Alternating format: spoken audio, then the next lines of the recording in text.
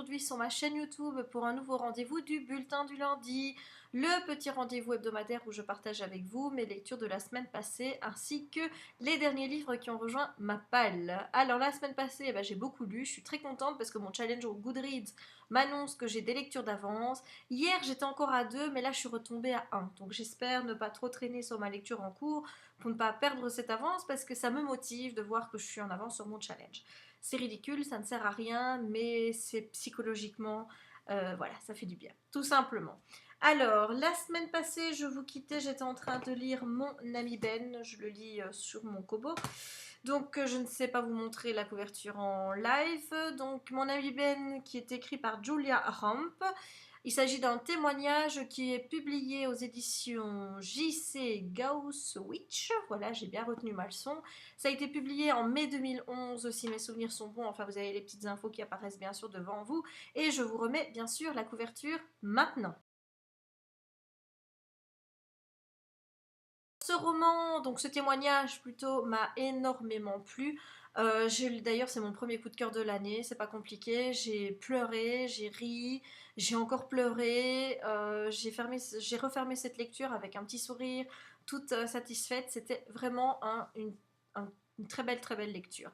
Donc, je vous rappelle l'histoire. Donc, en fait, il s'agit de Julia Ram, qui est maman d'un petit George qui est autiste et bon depuis sa naissance, elle ne sait pas trop ce qu'elle doit comment se comporter avec son fils parce qu'elle sent qu'il est différent, mais tout le monde lui dit qu'il n'y a pas de problème avec George, que s'il pleure tout le temps, même s'il ne dort pas beaucoup, c'est normal, ça va se régulariser. À l'école, plus tard, quand il commence à être très difficile, on dit que c'est elle qui ne sait pas l'élever, que c'est elle qui n'a pas les bonnes attitudes vis-à-vis de George. Enfin bref, tout le monde la pointe du doigt en tant que mauvaise mère, alors qu'elle, elle sait qu'il y a quelque chose de bizarre avec son fils. Mais voilà, le diagnostic n'est posé que quand George a 10 ans, il est autiste.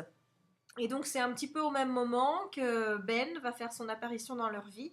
Donc Ben, c'est un chat errant qui va s'installer dans leur jardin. Et ensuite, voilà, elle va essayer de l'approcher parce qu'elle se dit ce chat est bien maigre, ce chat n'est pas bien.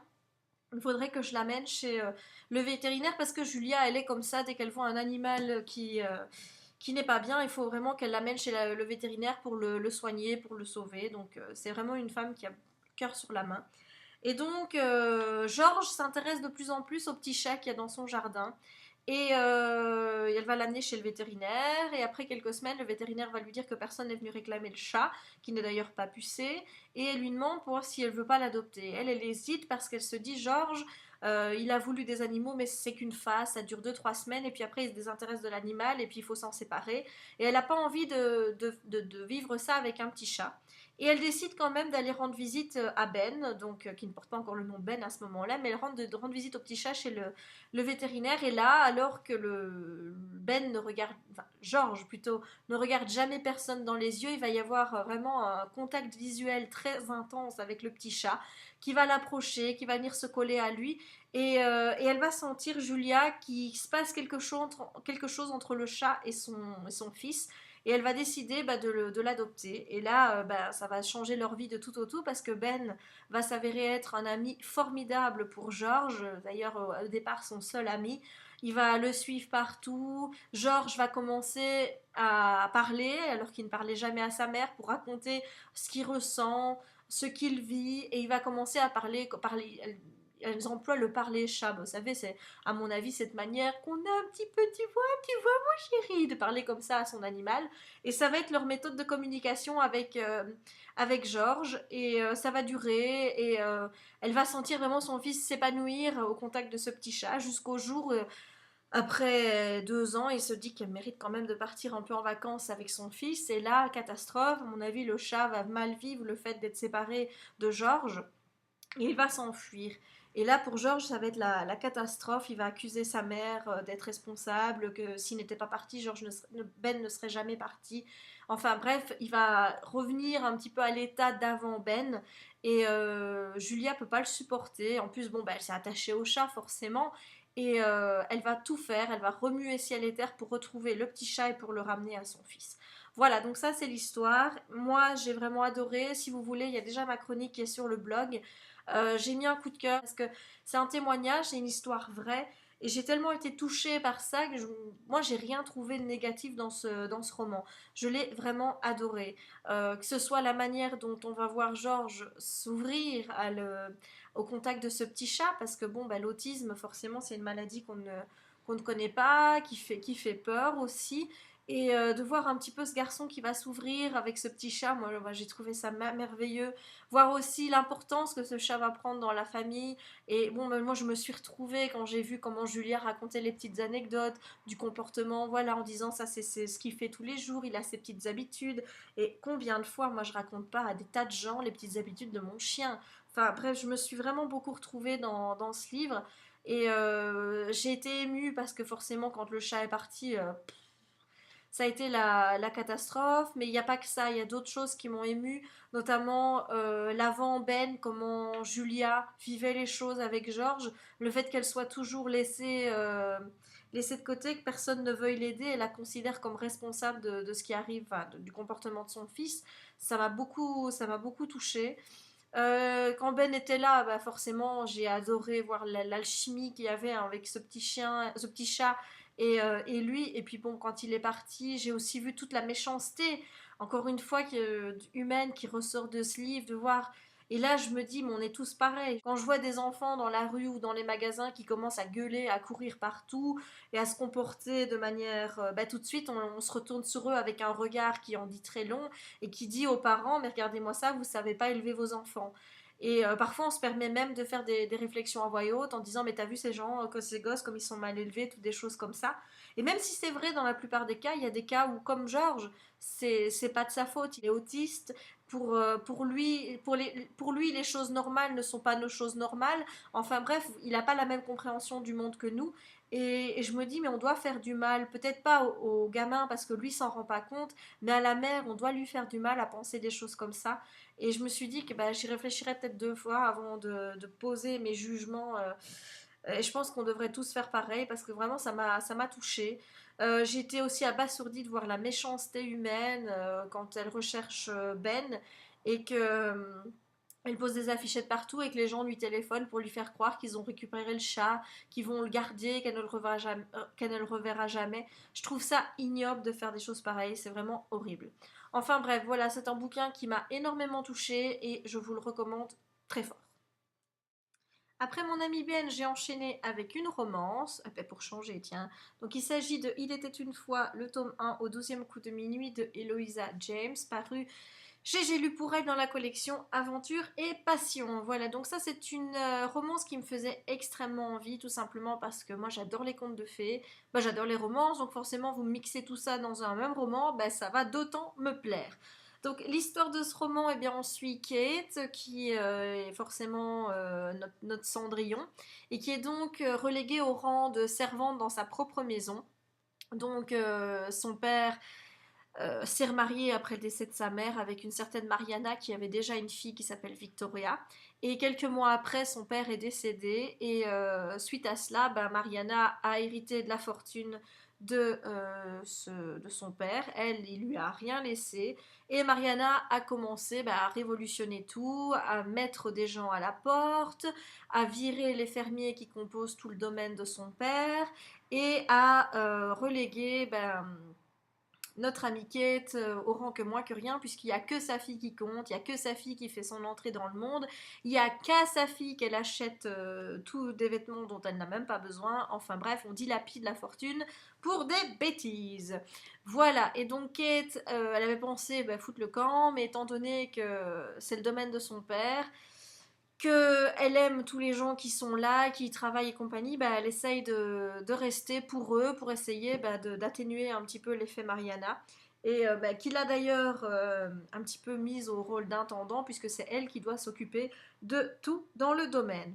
Alors, au début de notre histoire, donc on apprend que Victoria donc là, sa sœur, sa belle-sœur à la base, va se marier avec un certain Lord Dimmesdale et qu'il faut absolument qu'elle soit présentée au prince Gabriel, qui est un proche de Dimmesdale, pour qu'il puisse consentir au mariage. Sauf que Victoria a eu un petit accident, elle a voulu jouer avec ses petits chiens qui sont complètement un peu foufou, et l'un d'eux l'a mordue à la lèvre, elle est toute gonflée, toute gercée, enfin bref, elle est pas belle à voir. Et étant donné que le bal qui doit avoir lieu avec le prince ne peut pas être reporté, eh ben, Mariana va avoir la brillante idée de dire à Kate, tu vas prendre la place de ta sœur. Et Kate, d'abord, elle dit non, elle dit non, elle dit non. Et puis, bon, bah, Mariana va encore réussir en apprenant sur la corde sensible, à la faire changer d'avis et à faire de Kate la Victoria, qui se présentera donc avec Lord de Dimmesdale au château de Pomeroy, voir le prince Gabriel. Voilà. Donc pour le reste, ben, vous imaginez un petit peu ce qui va se passer. Hein, je ne vais pas quand même vous le dire. Moi, j'ai vraiment beaucoup, beaucoup, beaucoup aimé. Ça a failli aussi être un coup de cœur, ce roman, parce que c'est la première fois que je ressens le besoin d'aller au finish quand je lis un livre. D'habitude, ça m'arrive jamais. Mais voilà, c'était vendredi soir. Je me dis, il faut que je lise la suite. J'étais à la lampe de poche dans mon lit parce qu'il y avait Chouchou qui dormait à côté. Et du coup, ben, je l'ai fini. Il me restait peut-être 40, 50 pages à lire, je pense. Et je l'ai lu tout jusqu'à la fin. J'ai eu fini à 3 heures au matin, je crois. Il fallait que je sache. Parce que bon, on a beau savoir que c'est une romance, on a beau savoir que ça va bien se finir.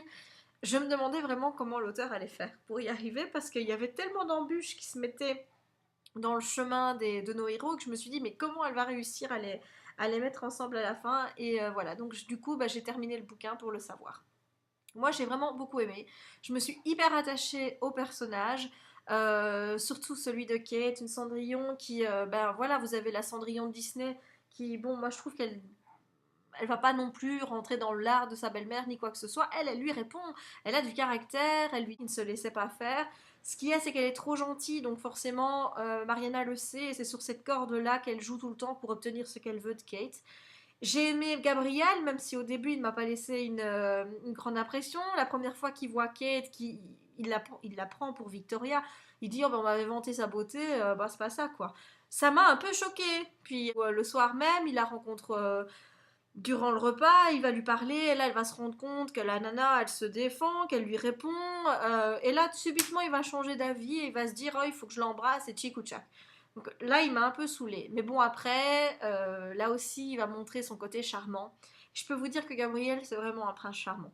Enfin bref, côté personnage, vous allez voir, il y a un florilège de personnages hauts en couleur. Victoria, qui devrait être la méchante sœur, qui est pas méchante du tout, elle est juste naïve, un peu bête aussi, mais c'est une fille qui est vraiment très très gentille. Vous avez la marraine qui est là aussi et qui est complètement folle, exubérante, mais qui est un personnage qui met de la vie, qui met voilà, qui fait pimenter un petit peu les choses. Enfin bref, à part la méchante belle-mère et un autre personnage dont je ne vous parlerai pas ici, j'ai globalement beaucoup beaucoup aimé les personnages de ce roman. Au niveau de l'intrigue, j'ai aimé qu'on garde certains éléments du conte de Cendrillon. Vous avez toujours la marraine qui est là, même si c'est pas une fée. Vous avez la fuite avec le carrosse, vous avez les chaussures de verre qui sont présentes. Mais l'auteur s'en éloigne assez pour qu'on n'ait pas l'impression non plus que ce soit une totale redite de Cendrillon. Voilà, il y a les bases du conte, mais je suis désolée, mais j'ai mon nez qui me chatouille. Mais vous avez la base du conte, mais vous avez une histoire qui se construit, qui est logique, qui est bien faite, qui... Voilà. J'ai vraiment beaucoup, beaucoup aimé l'écriture. Je suis vraiment désolée, hein. L'écriture est vraiment très agréable aussi, assez fluide, assez rythmée. J'ai pas senti les passages descriptifs ni rien du tout. Enfin, moi, j'ai vraiment adoré ce bouquin. Je ne lui ai pas mis un autre coup de cœur parce qu'il y a eu deux petits trucs qui m'ont un petit peu énervée. Bon, je vous ai déjà dit à propos de Gabriel, j'avais pas trop aimé son comportement au début. Il y a aussi le fait avec les chiens de, de Victoria, elle en a trois. Ce sont trois petits bichons maltais qui s'appellent Coco, César et Freddy et qui sont très très turbulents, voilà. Mais bon, moi je dis toujours quand des chiens sont turbulents, c'est de la photomètre, c'est pas de la photo chien, donc c'est pas à lui qu'il faut en vouloir et tout le monde les appelle les rats. Les rats de Victoria, les rats de Victoria, et ça m'a choqué. On n'appelle pas des petits chiens des rats. Sérieusement, quand vous voyez une petite bouille d'amour comme celle-ci, est-ce que vous avez envie de dire c'est un rat? Mais non, c'est pas un rat. Ah ma puce, toi t'es ce qu'il y a de plus beau au monde. Oh oui. Oh. Fais un bisou à maman?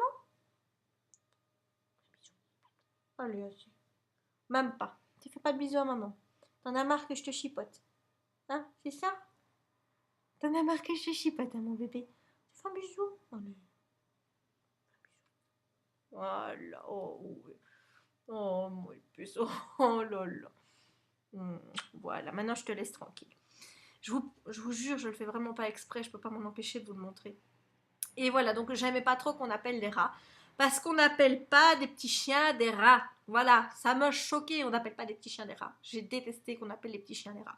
Ça m'a vraiment énervé qu'on appelle ces petits chiens les rats. Enfin, voilà, je crois que vous avez compris la chose. Et puis ce qui m'a un petit peu gêné aussi, hein, c'est qu'on passe rapidement sur la fin.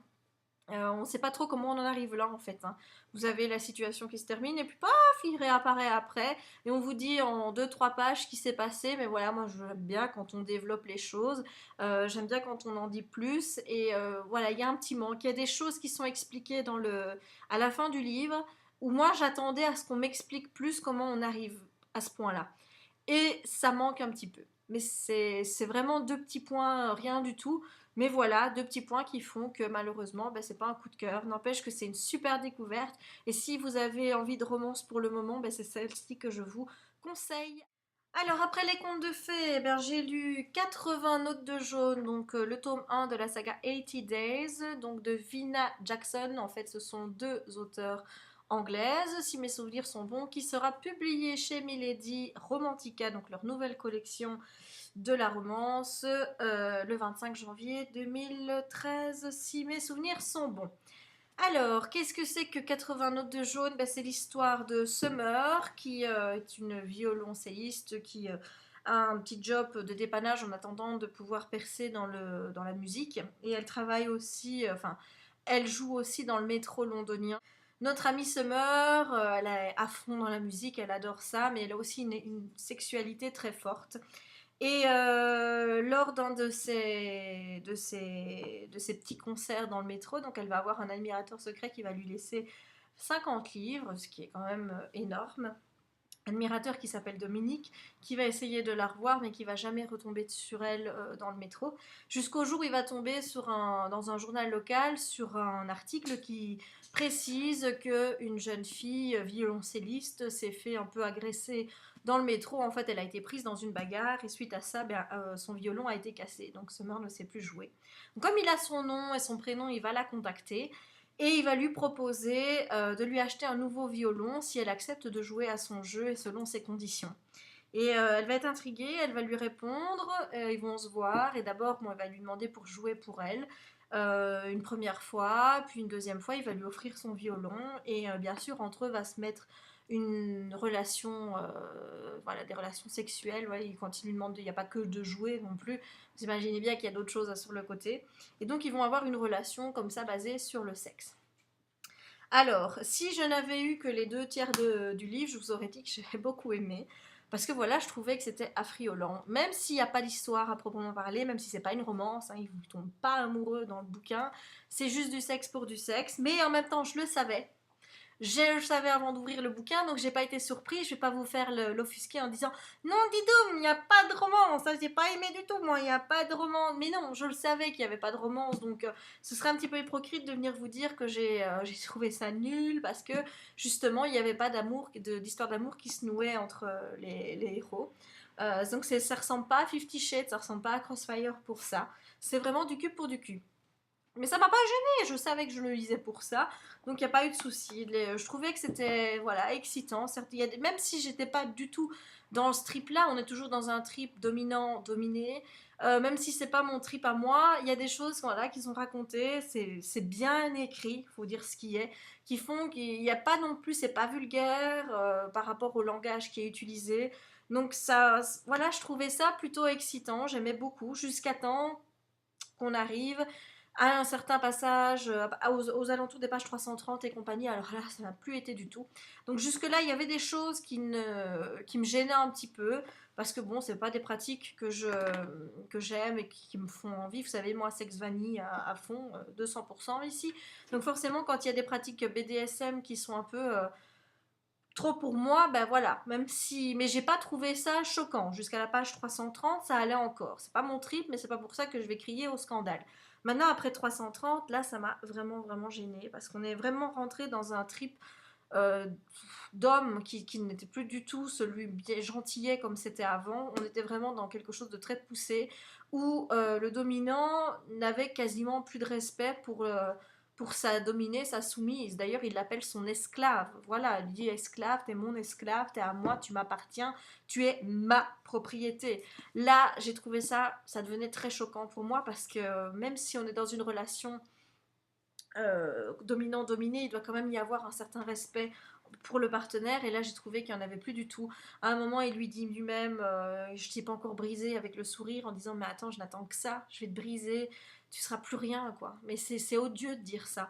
Il y a des scènes qui sont juste choquantes puisque le gars il peut pas s'empêcher de pratiquer son trip dominant avec un public, avec d'autres gens, avec d'autres dominants, avec d'autres soumis, et il se les passe. Et il y a une scène où elles sont là, plusieurs esclaves, à attendre que les dominants se décident à les prendre d'une façon ou d'une autre. Et il y a un mec qui lui dit voilà, elle me plaît, je peux la prendre. Il lui dit non, tu la prends pas aujourd'hui, tu peux la prendre que par la bouche. Et paf, il y a tous les gars, ils se succèdent l'un après l'autre. Je vous dis pas, hein. Je dis pas, la fille après, elle devait bien sentir au niveau des mâchoires, hein. Je ne dis que ça, hein. Mais voilà quoi, c'est juste pas possible de lire des machins comme ça, c'est de l'avilissement total, c'est dégradant, c'est dégueulasse, il n'y a aucun respect pour soi, moi ça m'a déplu au possible. Je me suis dit mais comment elle peut accepter d'aller jusque là, enfin on a l'impression qu'elle est un peu paumée, Summer, à un moment donné. On sent que bon, c'est une fille qui est très libérée au niveau sexuel, et on sent qu'elle a besoin d'autre chose. Elle va se tourner vers le BDSM, elle va le découvrir petit à petit, d'abord une fessée, et puis des choses comme ça. Et elle le dit elle-même, je sais pas où sont mes limites, je les repousse tout le temps, ça devient dangereux, mais je peux pas m'en empêcher. Mais à un moment donné, on se demande vraiment si elle est toujours un peu consentante, si vraiment elle est heureuse de faire ça, parce qu'elle n'a pas l'air du tout. On a l'impression qu'elle est en train d'avoir une bataille entre elle-même, en se disant il faut que je le fasse, mais d'un autre côté j'ai pas envie. Et on se dit mais pourquoi tu continues alors, si vraiment ça commence à vraiment te répugner, mais pourquoi? Ayez un petit peu de respect pour ta personne, sois digne quoi. Et voilà, ça m'a vraiment dérangée. Heureusement, la fin a sauvé le tout. Ce qui fait que, en lisant la fin, je me suis dit que je lirais bien le tome 2 pour savoir un petit peu où l'auteur allait nous emmener dans ce tome 2, parce que j'ai senti qu'il y avait des choses qui changeaient. Donc je suis curieuse. Maintenant, je vous dis, c'est pas une bonne lecture, c'est pas une mauvaise non plus. Donc je crois que je vais lui mettre 2,5, parce qu'il y a des choses qui m'ont plu, mais vraiment, il y a ces 100 pages-là, ça a vraiment été dur à lire, parce qu'on était dans des pratiques qui, moi, oui, pour moi, il n'y a pas de plaisir là-dedans. Aller lire, je ressentais rien. C'était vraiment la douche froide. Si j'avais pu être émoustillée avant, ben là, je l'étais plus du tout. Donc, du coup, ça m'a refroidi. Donc, faites-vous votre propre idée, et ben, j'ai hâte d'avoir vos avis à partir du 25 janvier, puisque ça sort à cette date-là, comme je vous l'ai dit, dans une collection Romantica, où je me dis, pour un premier titre qui est d'une collection qui s'appelle Romantica, eh ben, elle n'a rien de romantique. Du tout. Bon, enfin, faites votre avis, et j'attends de voir ce que vous en avez pensé avec impatience. Alors, en ce moment, je lis le premier tome de la famille Beauchamp, donc Les sorcières de Northampton de Melissa de la Cruz, paru chez Orbit. Donc, il vient de sortir, je pense que c'était le 9 janvier, si mes souvenirs sont bons. Donc là, je ne vais pas pouvoir vous en raconter beaucoup, j'ai encore lu que 79 pages. Donc, le livre, eh bien, on est sur une petite île de Northampton qui n'est pas très connue, il n'y a pas beaucoup de touristes qui vont, c'est vraiment, voilà, des gens qui se connaissent, un petit village, enfin voilà quoi. Et sur cette île vivent une famille de sorcières, donc Johanna Beauchamp et ses deux filles, Ingrid et Freya. Et ces sorcières sont immortelles, donc elles vivent, ça fait déjà des siècles et des siècles qu'elles vivent, mais elles n'ont pas le droit de faire de la magie. Voilà, il y a eu ce qu'on appelle la restriction qui leur a interdit de faire de la magie, donc elles n'ont plus leur baguette magique, elles n'ont plus leur balai, elles ne peuvent plus voler. En échange, on leur a offert en quelque sorte l'immortalité. Jusqu'à présent, je ne sais pas du tout pourquoi est-ce qu'on leur a retiré le droit de faire de la magie, ni rien du tout. Mais en attendant, voilà, alors que l'histoire ici commence, on sent que les deux filles, donc Freya et Ingrid, qui sont des bonnes sorcières, en ont un petit peu marre de cette restriction. Ça fait des années, des siècles même, qu'elles n'ont plus le droit de pratiquer la magie. Elles voient les gens autour d'elles qui comptent, des amis qui sont malheureux, et elles se disent je pourrais tellement les aider si j'avais le droit d'utiliser ma magie. Et elles vont commencer tout doucement à faire des petites choses pour pouvoir aider les habitants de la ville. Et voilà, donc pour le moment j'en sais pas plus, je sais pas du tout, apparemment en lisant la quatrième de cover on voit qu'elles vont devoir se révéler. J'en suis pas encore là, j'ai pas encore lu, donc je vous dirai ça la semaine prochaine. En attendant, je peux vous dire que même si je trouve que au niveau de l'écriture c'est descriptif, c'est des phrases un petit peu alambiquées qui font qu'on, voilà, parfois je dois un peu les relire parce que ça fait quand même un petit moment que je me tape des romances un peu simples, hein. Donc du coup, voilà, il faut que je me réhabitue un petit peu à un style plus soutenu, mais en tout cas, c'est très agréable et jusqu'ici, j'aime beaucoup. Dernière partie de ma vidéo, donc on va passer aux livres qui ont rejoint ma palle cette semaine. J'ai été gâtée puisqu'il y a 10 livres qui ont rejoint ma palle cette semaine. Donc tout d'abord, il y avait donc 80 notes de jaune, le premier tome de la saga 80 Days de Vina Jackson qui paraîtra le 25 janvier chez Milady Romantica. Également apparaître Ange déchu tome 2 Addiction de J.R. Ward, donc chez Milady. C'est tous des Milady, donc je ne vais pas vous le dire. Ici, c'est dans la collection Bitlit. Alors ensuite, dans la collection Bitlit, il y a également Seed, le tome 1, donc la diseuse d'ombre, ou est-ce que c'est le tome 1 diseuse... Je ne sais pas trop dans quel sens, je crois que le nom de la saga, c'est Seed. Voilà, c'est leur nouveau roman, il paraît que c'est un gros coup de cœur, donc j'ai hâte de le lire. Alors ensuite, en Bitlit encore, Vampire et Indésirable, le tome 8 de Queen Betsy de Mary Janice Davidson. J'ai oublié de vous dire, celui-ci c'est de Sandy Williams, voilà. En romance, le tome 8 de Noblesse oblige, Le Roi Mianu de Sally Mackenzie. Donc ça c'est dans la collection Pemberley. Chez Pemberley toujours, le tome 2 de Le Highlander, séduite par le Highlander de Julian MacLean. Ensuite, chez Central Park, Cœur fondant de Lisa Plumley. Alors, chez Pemberley, Charlotte Collins de Jennifer Beckton. Donc, c'est inspiré de l'œuvre de Jane Austen, donc Orgueil et préjugés. Ensuite, le tome 4 de Lucky Arbor, Passionnément de Jill Shalvis. Et enfin, un qui me fait vraiment super envie dans leur nouvelle collection Grande Romance, de Lindsay Kelk, 10 bonnes raisons d'être célibataire, voilà, que je trouve en plus, mais il me fait envie avec la bande rose. On dirait que c'est le même rose de mon blog. J'ai très très très envie de lire toutes ces petites romances, de découvrir les nouvelles sagas Bitlit. Enfin, je vous dirai quoi très rapidement. Voilà, je vais refermer ici ce bulletin du lundi. J'espère qu'il vous a plu. Pas de pâtisserie encore cette semaine, c'est prévu pour la semaine prochaine puisque c'est l'anniversaire de Papounet, donc il faudra forcément que je me mette au fourneau. Moi, je vous souhaite une très bonne semaine, de très bonnes lectures et je vous dis à la semaine prochaine.